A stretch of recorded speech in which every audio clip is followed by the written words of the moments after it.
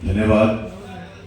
हमारे साथ यहाँ मंच पर उपस्थित पार्टी के वरिष्ठ प्रवक्ता आदरणीय नीरज जी, मीडिया विभाग में हमारे साथी कार्यकर्ता भाई सूरज जी। साथियों, आज बिहार के लिए और विशेष तौर पे बिहार के महादलितों के लिए बहुत ही दुख का दिन, बहुत ही पीड़ा का दिन है। हम सबका मन बहुत व्यथित है। मैं आप लोगों को एक बाइट दिखाना चाहता हूं। ये दशरथ मांझी जी माउंटेन मैन, जिनकी गाथा हम सब जानते हैं।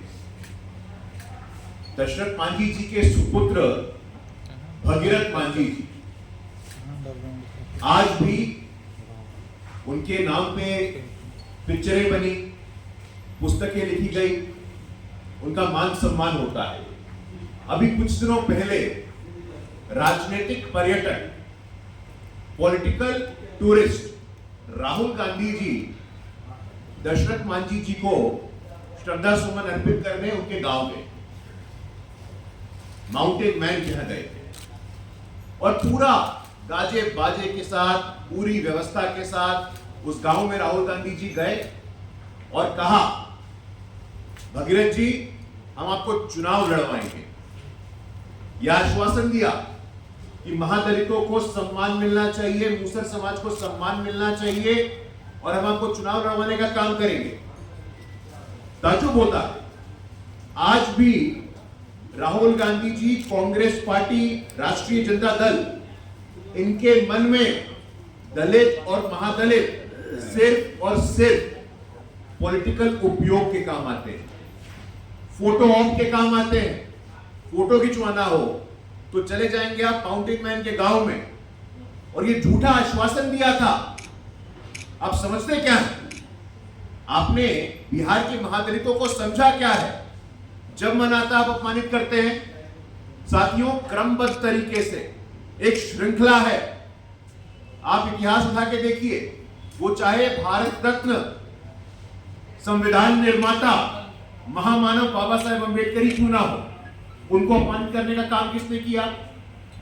बाबा साहेब अंबेडकर का देहांत 1956 में होता है। उनके मृत्यु के 4 दशक बाद, 40 साल बाद उनके मृत्यु के उनको भारत के सर्वोच्च सम्मान से सम्मानित किया जाता है, और एक ऐसी सरकार के द्वारा जो भाजपा समर्थित सरकार होती है। आखिर क्या मजबूरी थी कांग्रेस पार्टी की? आपने बाबा साहेब अंबेडकर को वो न्यायोचित सम्मान से वंचित क्यों रखा? आगे आइए, बिहार के दलित समाज के, भारत के पूर्व उप प्रधानमंत्री बाबू जगजीवन राम को कहना पड़ा। साथियों, मीर्जा चौधरी जी अपनी पुस्तक में लिखती हैं कि बाबू जगजीवन राम के शब्द है, a Dalit can never become prime minister of India. इतनी वेदना का सामना, इतनी अपमान का सामना उनको करना पड़ा। आगे आइए, बाबा साहब अंबेडकर, बाबू जगजीवन राम, सीताराम केसरी, बिहार की माटी के लाल, पिछड़ों की राजनीति करने वाले, उनका अपमान कांग्रेस पार्टी के दफ्तर में होता है।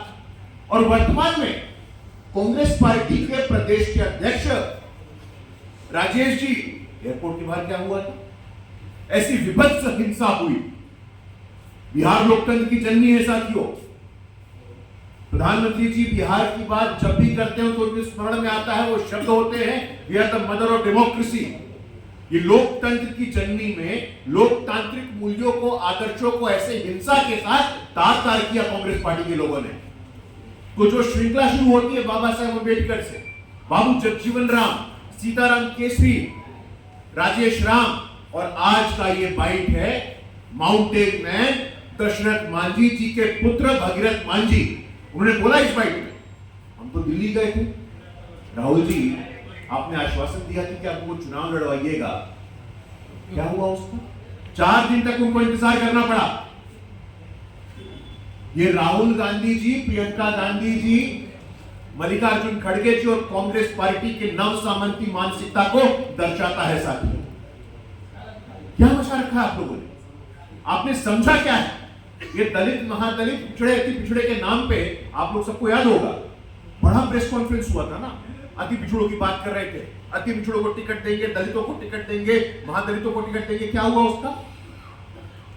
क्रमबद्ध तरीके से अपमान का सामना करना पड़ रहा है, विशेष तौर पे इस चुनाव में। दलितों का मैंने उदाहरण दिया आपको, महादलितों का मैंने उदाहरण दिया आपको। पिछड़े वर्ग की राजनीति की आप बात करते हो, आप कहते हो स्वर्गीय शरद यादव साथियों, मंडल कमीशन की सिफारिश देश में लागू हुए तो उसमें सबसे प्रमुख भूमिका स्वर्गीय शरद यादव जी ने निभाया था। मंडल पुरोधा, समाजवादी राजनीति के पुरोधा, जनवादी राजनीति के पुरोधा, उनके परिवार, उनके पुत्र के लिए राष्ट्रीय जनता दल के पास कोई स्थान नहीं है, कोई टिकट नहीं है। किसके पुत्र के लिए स्थान है? ये दुर्दांत अपराधी शहाबुद्दीन के पुत्र के लिए स्थान है।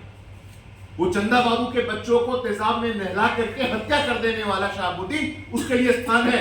लेकिन मंडल पुरोधा, समाजवादी राजनीति के पुरोधा, जनवादी नेता स्वर्गीय शरद यादव जी के बच्चों के लिए आपके यहां स्थान नहीं है।